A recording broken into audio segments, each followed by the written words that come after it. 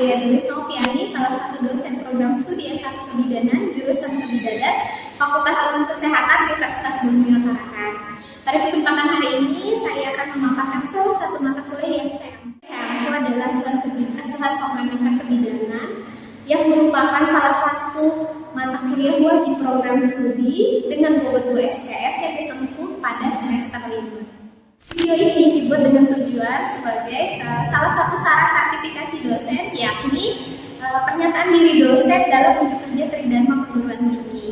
Mata kuliah yang saya ampu adalah asuhan kebidanan komplementer, di mana asuhan kebidanan komplementer ini adalah salah satu terapi tradisional dengan pemanfaatan modern dan melalui pemanfaatan kearifan lokal. Di mana deskripsi singkat mata kuliah ini adalah mahasiswa akan mampu melakukan asuhan kebidanan komplementer baik dalam kehamilan, persalinan, nifas, bayi dan balita berbasis kebidanan berbasis kearifan lokal. Adapun capaian pembelajaran, adapun kemampuan yang diharapkan dalam capaian pembelajaran mata kuliah ini adalah setelah mengikuti perkuliahan ini mahasiswa mampu melakukan asuhan kebidanan komplementer baik di dalam kehamilan, persalinan, nifas, bayi dan bayi baru lahir. Dalam mata kuliah ini materi yang akan diberikan antara lain pemanfaatan kearifan lokal dalam asuhan kebidanan komplementer dalam kehamilan melalui prenatal yoga, prenatal massage, relaksasi dengan aromaterapi untuk mual muntah dan prenatal yoga. Sedangkan asuhan kebidanan komplementer dalam persalinan yaitu pijat endorfin untuk nyeri persalinan kala 1, aromaterapi lavender untuk nyeri kala 1, lalu menggunakan birth ball dan refleksi oksitosin. Sedangkan asuhan komplementer nifas itu melalui pijat oksitosin dan hipnobreastfeeding serta postnatal yoga. Asuhan komplementer sedangkan asuhan komplementer pada bayi dan balita itu melalui pijat bayi, lalu baby gym, lalu baby sweep dan baby spa. Nah, adapun metode pembelajaran yang dilakukan dalam mata kuliah ini adalah ceramah, diskusi yaitu melalui small group discussion, lalu problem based learning, project based learning, case method, dan discovery learning. Di mana pada mata kuliah ini kami mengintegrasikan referensi melalui penelitian-penelitian yang kami lakukan. Salah satu referensi yang kami gunakan yaitu adalah buku yang telah kami buat dengan judul Asuhan Kebidanan Komplementer, di mana saya adalah nama pertama pembuat buku dan beserta tim pengampu MK saya yang membuat buku Ajar Asuhan Kebidanan Komplementer, dan kami memberikan juga penelitian yang kami buat bahwa penelitian-penelitian itu kami buat sebagai referensi untuk dalam mata kuliah ini. Lalu metode pembelajaran yang metode penilaian yang saya lakukan dalam mata kuliah ini meliputi 3 poin, di mana disepakati atau telah disampaikan di dalam kontrak perkuliahan awal, yaitu di mana dalam mata kuliah ini akan mengambil nilai dari nilai tugas sebesar 30%, nilai PTS 30% dan nilai PAS 40%. Sehingga mata kuliah ini juga sama seperti yang lainnya dilalui sebanyak 16 kali pertemuan, di mana PTS dan PAS dimasukkan dalam 16 pertemuan ini. Demikian mata kuliah saya. Berikutnya merupakan cuplikan dari proses pembelajaran yang saya laksanakan secara sinkron atau tatap muka di ruang kelas selamat menyaksikan. Baik, assalamualaikum warahmatullahi wabarakatuh. Waalaikumsalam warahmatullahi wabarakatuh. Sudah siap untuk mata kuliah kita hari ini? Siap, Ibu. Mata kuliah kita adalah asuhan komplementer. Baik, hari ini sebelum Ibu ke materi kita hari ini, Ibu mengajak kalian untuk berdoa dulu sebelum mulai pembelajaran. Mohon berkahnya ilmu, supaya ilmu ini bisa kalian manfaatkan sepanjang perjalanan karir kalian. Untuk berdoa, dipersilakan.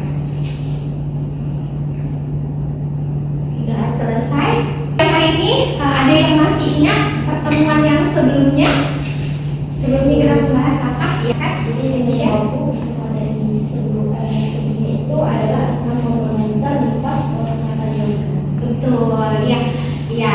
Jadi kemarin kita sudah membahas tentang komplementer pada nifas melalui postnatal yoga. Setelah nifas, maka kita akan membahas tentang asuhan komplementer pada bayi. Ya, jadi urutannya hamil, bersalin, nifas, dan bayi. Nah, asuhan komplementer pada bayi itu melalui yang pertama yaitu pijat bayi. Nanti ada beberapa kita bahas asuhan komplementer bayi, ada pijat bayi, ada baby swim, baby spa, ada baby gym. Nah, jadi di pertemuan kali ini materi kita yaitu pijat bayi. Nah, di mana materi kita hari ini itu ada capaian pembelajaran yang harus kalian ketahui. Jadi setelah mengikuti mata kuliah ini, kalian mampu melakukan asuhan kebidanan komplementer pada bayi dan balita.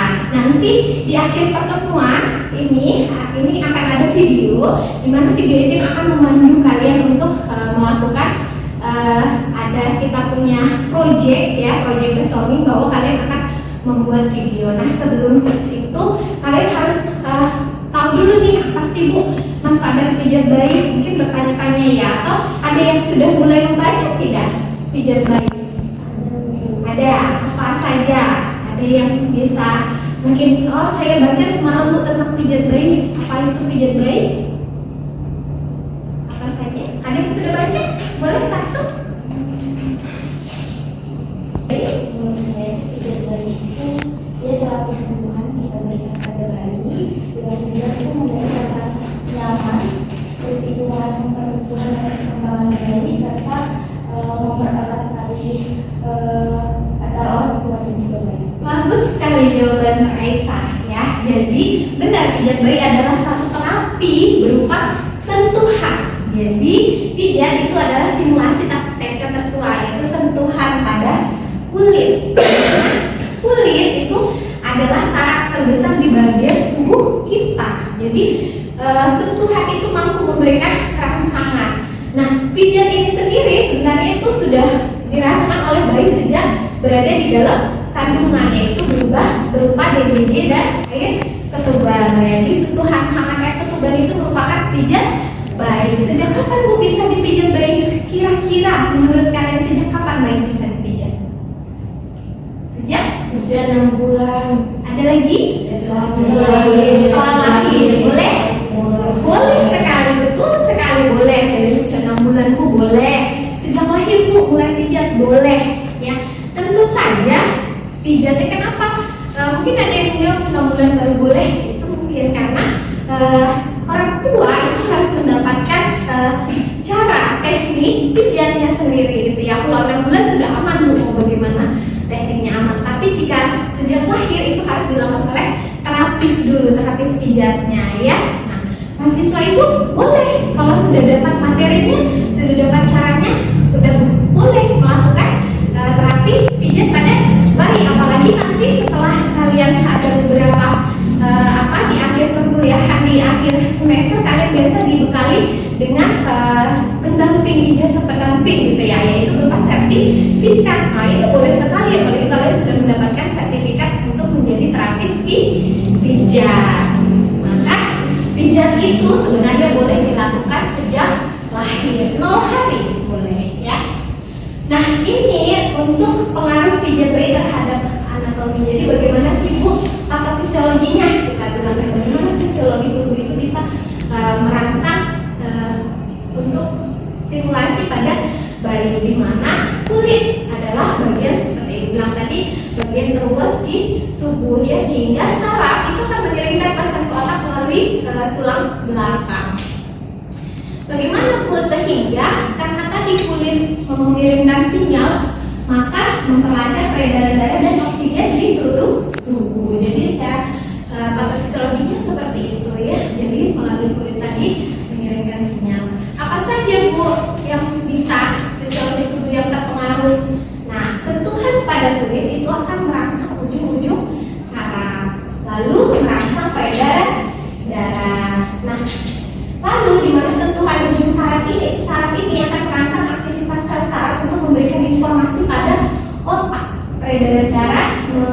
memperlancar sirkulasi darah dan oksigen ke seluruh tubuh. Nah, kalian sendiri sudah pernah merasa dipijat nggak? Sudah pernah merasa dipijat nggak?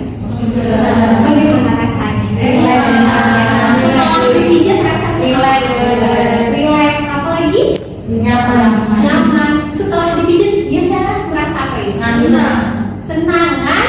Ngantuk. Pasti tentu saja karena relax, nyaman tadi jadinya ngantuk. Bahkan belum selesai pijat kalian sudah ngorok gitu ya? Biasanya ya. Makanya baik. Kenapa baik? Bagus untuk otak juga. Otakmu akan lebih konsentrasimu akan lebih baik. Kenapa tadi? Oksigen peredaran darah itu akan lancar. Seperti itu ya. Nah, ini jika efek terhadap sistem pencernaan. Bagaimana Bu Bayi? Bayi itu paling banyak masalah dengan pencernaan. Maka pijat itu bagus untuk sistem pencernaan. Kenapa Bu bisa? Nah, ini ya fisiologinya bahwa pijat itu akan meningkatkan otot tonus otot nervus vagusnya. Jadi akan meningkatkan enzim gastrin dan insulin. Akibatnya efeknya penyerapan makin baik, maka bayi akan sering menyusui, maka berat badan akan meningkat.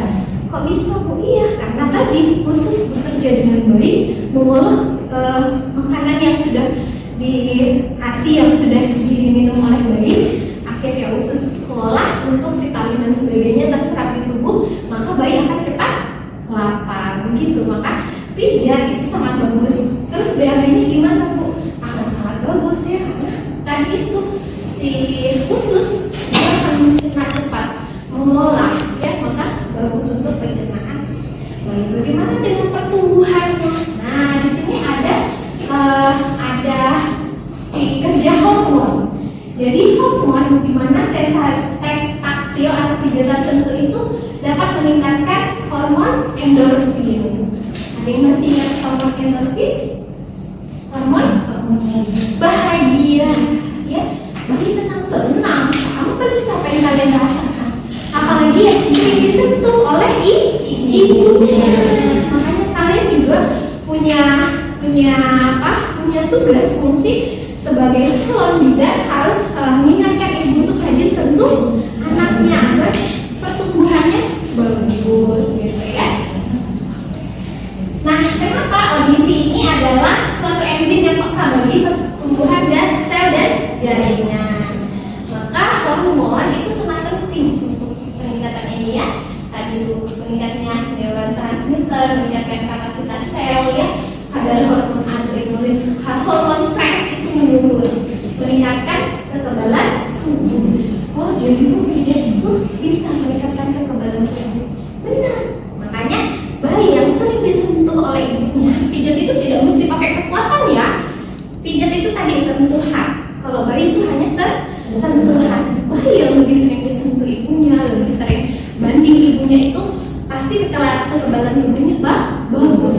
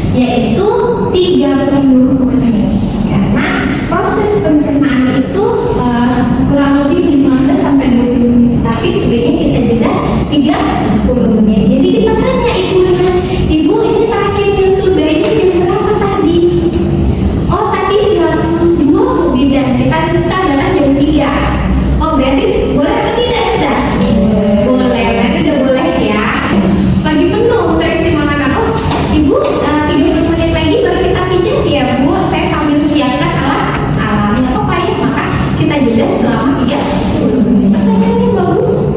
Itu. Oke, ada lagi yang lain?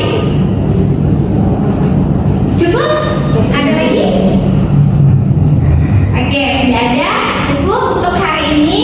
Maka pertemuan berikutnya itu untuk proyek besoknya tadi silahkan videonya nanti ditunggu, dibuka link ya untuk pengumpulan tugas. Kita juga punya Google Classroom, boleh nanti buka link masukkan ke dalam sana ya.